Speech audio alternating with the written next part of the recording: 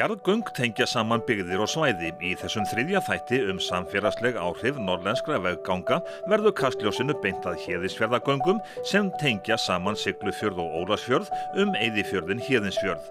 Siglufjörður og Ólafsfjörður einangruðust dögum saman. Siglufjarðarskarð lokaðist gjarnan snemma á haustin og Múlavegurinn var oft á tíðum hættulegur yfirferðar. Héðinsfjarðargöng voru formlega tekin í notkun 2. október 2010 og heimamenn fögnuðu vel þegar göngin voru formlega tekin í notkun enda ærin ástæða til eftir langa baráttu fyrir bættum samgöngum. 20 árum áður samþykkti Alþingi þingsályktunartillögu jarðgöng milli Siglufjarðar og Ólafsfjarðar Héðinsfjörð. Sjálfgangagerðin hófst 2006 samkvæmt nýrri jarðgangaáætlun ríkisins. Siglufjarðarkaupstaður og Ólafsfjarðarbær sameinuðust enda stutt á milli fjarðanna með tilkomu ganganna og ýmis sóknarfæri sköpuðust, svo sem á sviði félags, skóla, mennta og atvinnumála. Íbúar samþykktu í kosningum 2006 að sameina þessi tvö sveitarfélög. Héðinsfjarðargöng eru samtals 11 kílómetrar að lengd, 3,9 kílómetrar milli Siglufjarðar og Héðinsfjarðar og 7,1 milli Héðinsfjarðar og Ólafsfjarðar. Heimamenn þrýstu mjög á gerð ganganna öll þessi ár og göngin voru umdeild aðallega kostnaðarins vegna. Héðinsfjarðargöng eru tvíbreið, ólíkt Stráka og Múlagöngum sem eru einbreið. Hjalti Jóhannesson, sérfræðingur við Rannsóknarstofnun Háskólans á Akureyri, hefur fylgst vel með samfélagslegum áhrifum ganganna. Það var langur aðdragandi að þessu. Það var rætt þetta á þingi svona miðjan 9. áratuginn og af og til alltaf.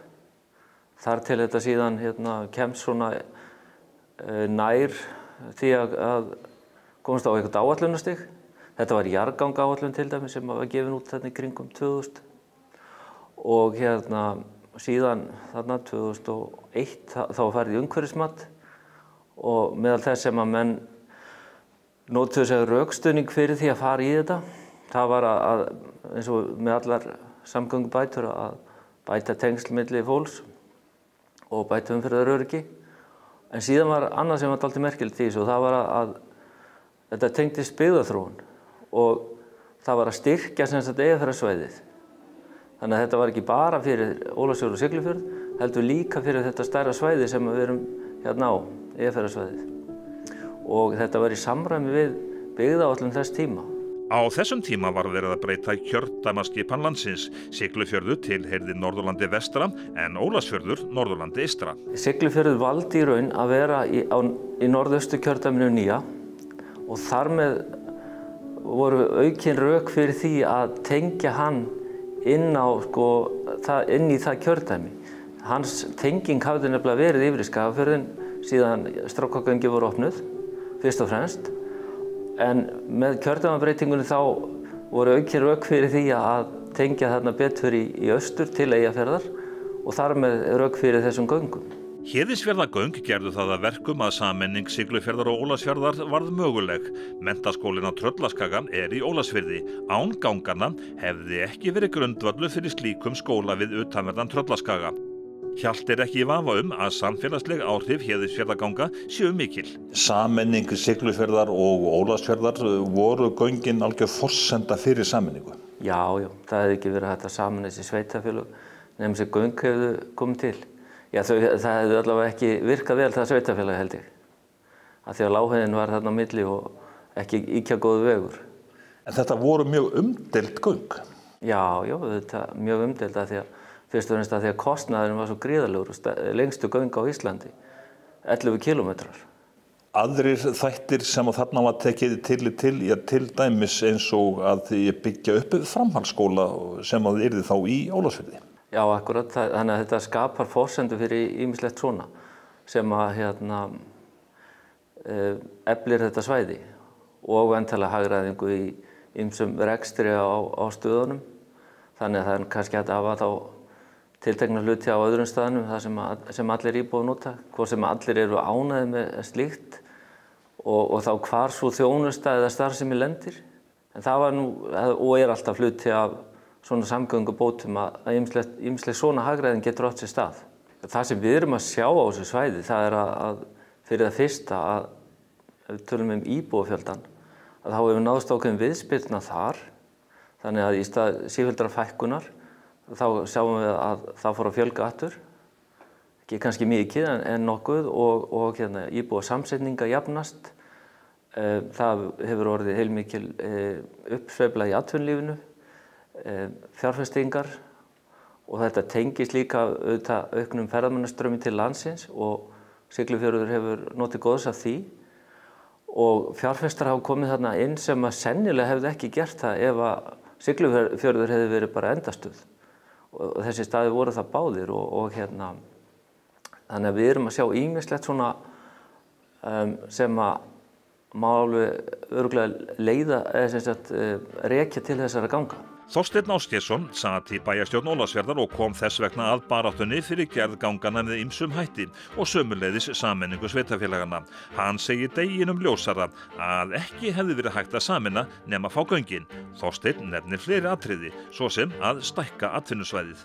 Menn sáu svona samlegðar áhrifin og þetta var mikið þrýstingur á sveitarfélögin bæði að ná þessu.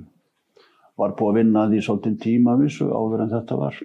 Atvinnulega séð þá skiptir þetta mjög miklu. Menn sáu náttúrulega kannski ekki alveg það fyrir sér þá en hugsuðu fram í tíman. Svo náttúrulega var eitt svona gulrót inn í þessu, það var menntaskóli á Tröllaskaga og það var talað um hann staðsettur hér á Ólafsfirði og það hafði mikil áhrif á útkomu kosninganna held ég. Barátta íbúana hérna við utanverðan Tröllaskaga fyrir þessum jarðgöngum, hún var nokkuð löng og á köflum ströng. Já, hún var það sko. Þannig að það var búið að gera þingsályktunartillögu á sín tíma sem að Sverrir Sveinsson var með og og 1990 var skipun nefnd til að skoða bæði Lágheiðarveg og göng til Siglufjarðar og hún starfaði í einhver 8-10 ár og eitthvað svoleiðis og á endanum var þetta niðurstaðan í skoðun að gera jarðgöng frekar en veg yfir Lágheiði. Það endaði það breytt rosalega miklu ef það hefði verið. En það kom það tímabil að göngin voru slegin af? Já. 2003 minni mig að það hafi gerst, þá var búið að bjóða því út, síðan var hættið útboðið. Og það má segja að það hefur bara verið reiðarslag fyrir samfélagið og maður geta þess að margir flögguði hálfa þá.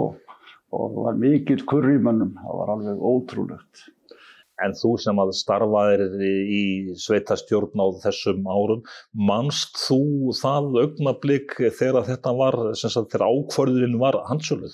Ég man ekki sko, það var 1997, þá vorum við hér á varðskipi til þess að út af flugslysinu, það voru 50 ár síðan að flugslysið var hérna í Héðinsfirði og þá var meðal annars Davíð Oddsson þar og bæjarstjórnir Siglufjarðar og Ólafsfjarðar voru þar um borð og Dalvíkinga held ég líka og við sigldum inn í Héðinsfjörð.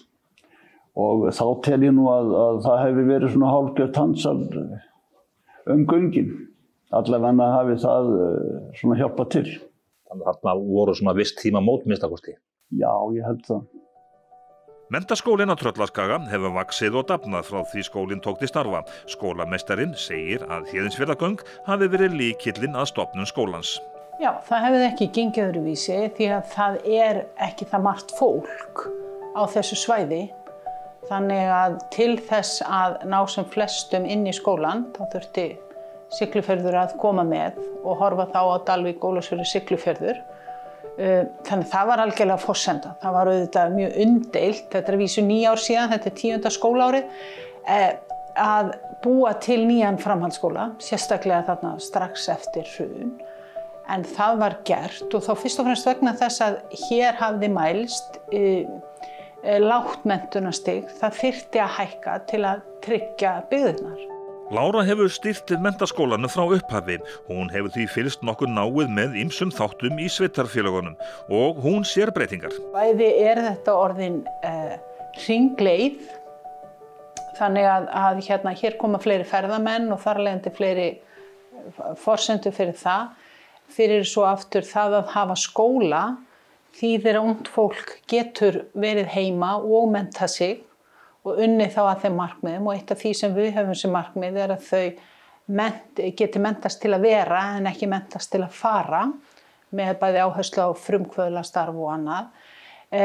Þannig að ég sé mikinn mun á samfélagunum í aldurssamsetningu, hverjir eru hér yfir veturinn, hvernig svona víbrasjónin í kringum allt sem að gerast ekki bara fólk eldra en fertugt eins og var þá mjög áberandi því að það vantaði fannst mér aldurshópinn 20 til 40 að mörgu leyti.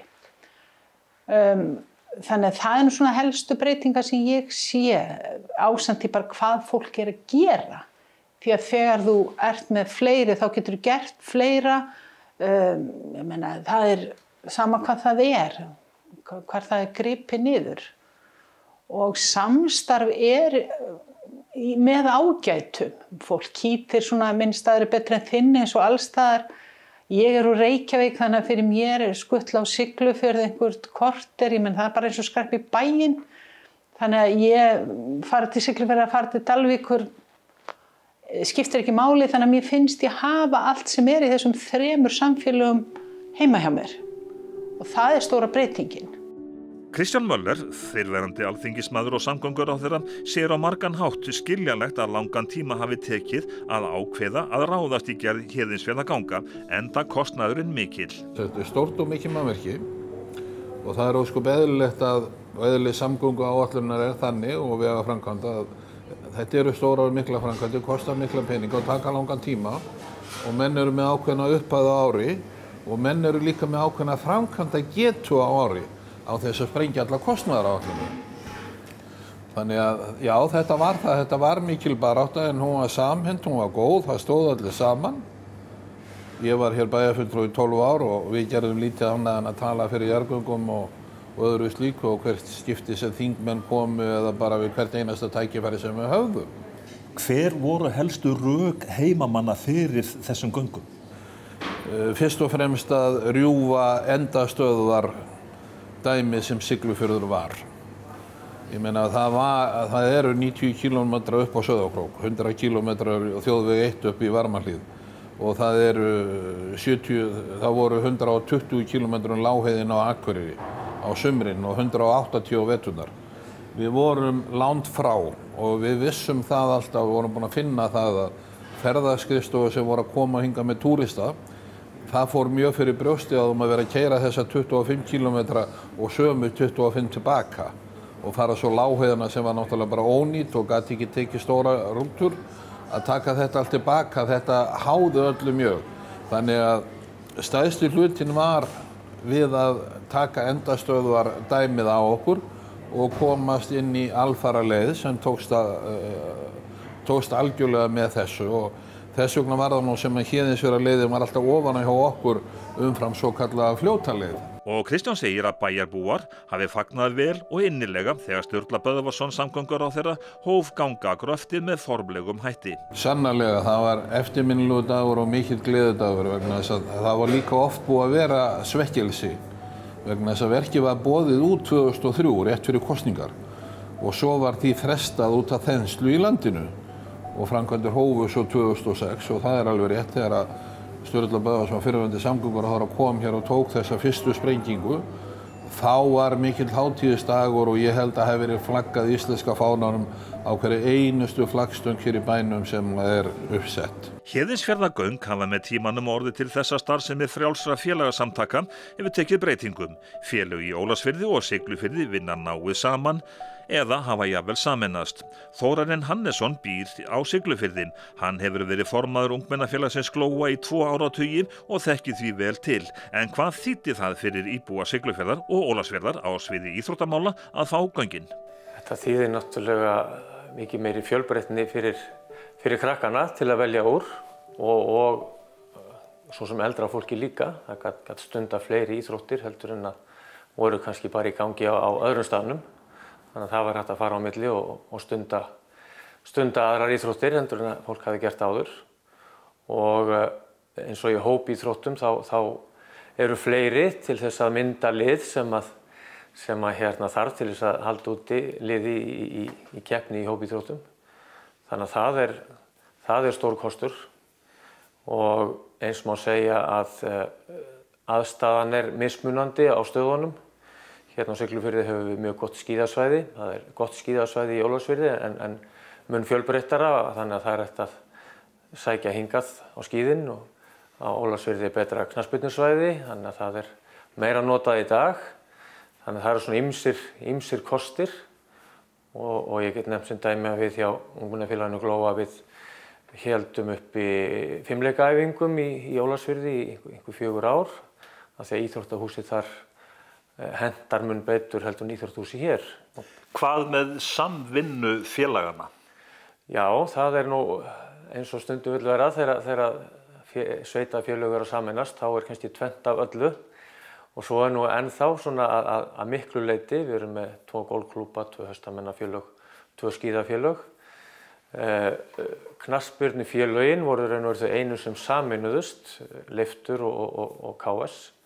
Það heita núna Knattspyrnufélag Fjallabyggðar og halda út í ágæti starfi hér. Skíðafélögin eru farin að vinna töluvert mikið saman og verður vonandi bara meira. Og svo hérna, já, vonandi bara koma fleiri í kjölfarið. En þetta stundum viðkvæmt. Það hefðir og siðir og löng saga og á baki, þannig að hérna, það stundum erfitt að leggja niður félög og stofna ný.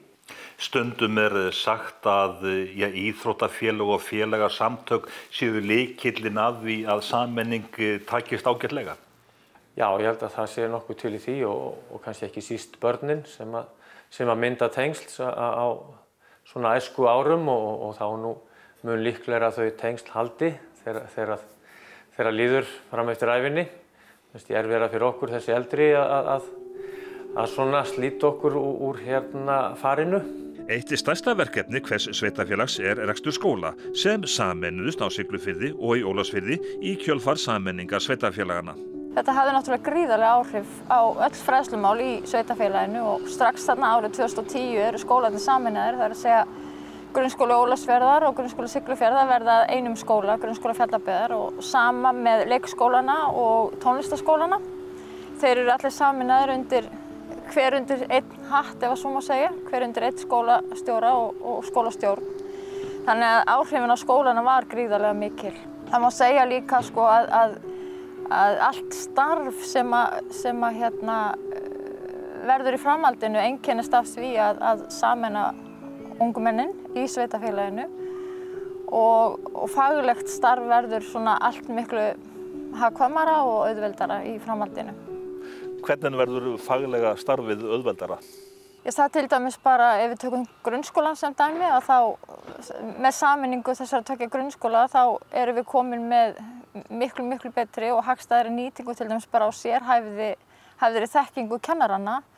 Við gátum við vorum náttúrulega með 2 af öllu fyrir sameiningu en í framhaldinu var hægt að nýta sérhæfi og sérfræði kennaranna miklu betur. Og svo ekki síður að þá var hægt að bjóða upp á miklu fjölbreyttara starf þar sem að ef við tökum bara sem dæmi unglingahóparnir koma saman að þá til dæmis valgreinar og unglingastigi orðið allt annað dæmi þar sem hægt að bjóða upp á miklu meiri fjölbreytni og miklu meira úrval fyrir nemendurnar. Hvað með menningarmál í sveitarfélögunum?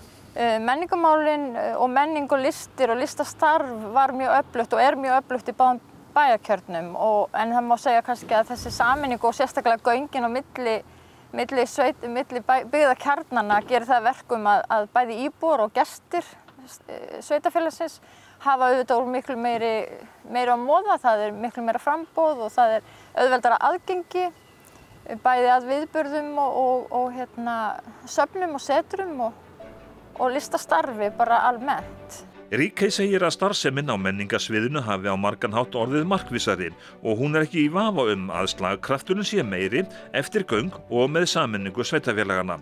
Róbert Guðfinnsson, athafnamaður, hefur byggt upp víðtæka atvinnustarfsemi á Siglufirði, svo sem á sviði ferðaþjónustu og líftækni. Hann segir að samfélagsleg áhrif Héðinsfjarðarganga séu ótvíræð og hann segir að göngin hafi skipt sköpum varðandi uppbygginguna. Já, það ekki spurning að þetta hafi verulega áhrif því að fyrirtæki eins og við höfum verið að byggja upp, þau gera kröfu til þess að þú sért í langtímahugsun Það gerir kröfu til þess að þú sért með mikið af ungu velmenntuðu fólki og þetta unga fólk, það vill lífsgæði og breytingin á lífsgæðum sem var við Héðinsfjarðargöng gerði okkur þetta kleift. Róbert segir að Siglufjörður og Ólafsfjörður séu ekki lengur endastöðvar. Róberti fylgdist vel með umræðinni gerð Héðinsfjarðarganga á sínum tíma, miklum kostnaði og hvort peningunum væri skynsamlega varið og hann segist hafa haft skilning á ólíkum sjónarmiðum. Já, ég held að þetta í sjálfu sér hafi ekki verið ósanngjörn umræða vegna þess að á þeim tíma var þörfin svo mikil víða á landinu og allir vildi fást til sín þetta fjármagn. Það þurfti verulegan kjark til þess að taka svona ákvörðun og ég hef stundum sagt það að ég dáist að baráttumanni eins og Halldóri Blöndal sem hélt þessu uppi og ég þakka honum oft fyrir það að þetta tókst á lokasprettinum. En hvað segir athafnamaðurinn? Var þetta skynsamleg fjárfesting? Já, það er eftir hvernig á það er litið. En það er alveg ljóst að göng ein og sér dugi ekki til. Það verður eitthvað að gerast hinum megin gangana til þess að menn verði þess að fjárfestingi borgir sig og þetta verði skynsamlegt. Hvernig hefðu byggðirnar þróast á Siglufirði og í Ólafsfirði án Héðinsfjarðarganga? Það er nánast vonlaust að segja það, en ég held að það séu mjög verulega líkur á því að allavega hérna Siglufjarðarmegin þá hefðu við setið pínu í gamla tímanum og verið endastöð og alveg vonlaust að segja hvernig það hefði þróast, en ég allavega frá okkar sjónarmiði þá hefðu við aldrei fjárfest þessa stóru fjármuni og inn í þessu samfélagi sem við gerðum. Þótt ekki séu mörg ár síðan Héðinsfjarðargöng voru tekin í gagnið, vaknar svo spurning hvort landsmenn séu hreinlega búnir að gleyma því hvaða áhrif göngin höfðu í raun og veru. Róbert hefur velt þessu fyrir sér. Já, það þótt saga til næsta bæjar ef að dóttir mín hefði sagt við mig fyrir 30 árum síðan að hún ætlaði að skreppa til Akureyrar í klippingu, en það þykir ekkert mál í dag. Þetta eru gjörbreyttir tímar og þetta eru ólík lífsgæði með það sem við þekktum hér áður fyrr. Erum við fljótt að gleyma hvernig ástandið var? Já, til alla guðslöku, því að það er nú eiginlega það besta við mannsheilann að hann getur gleymt. Hugum þessu næst að sameiningu Siglufjarðar og Ólafsfjarðar. Þorsteinn Ásgeirsson, fyrrverandi bæjarfulltrúi í Ólafsfirði, segir að sameiningin hafi skilað hagræðingu á sviði stjórnunar og reksturs. Já, stjórnsvíslega og rekstrarlega er hún mjög jákvæð. Það verður nú að segjast eins og alveg frá 2006 þá hefur sveitarfélagið verið rekið með mjög miklu myndarbrag og skilað töluverðum afgangi og það verður að framkvæma ansi mikið, ef maður lítur á það þannig.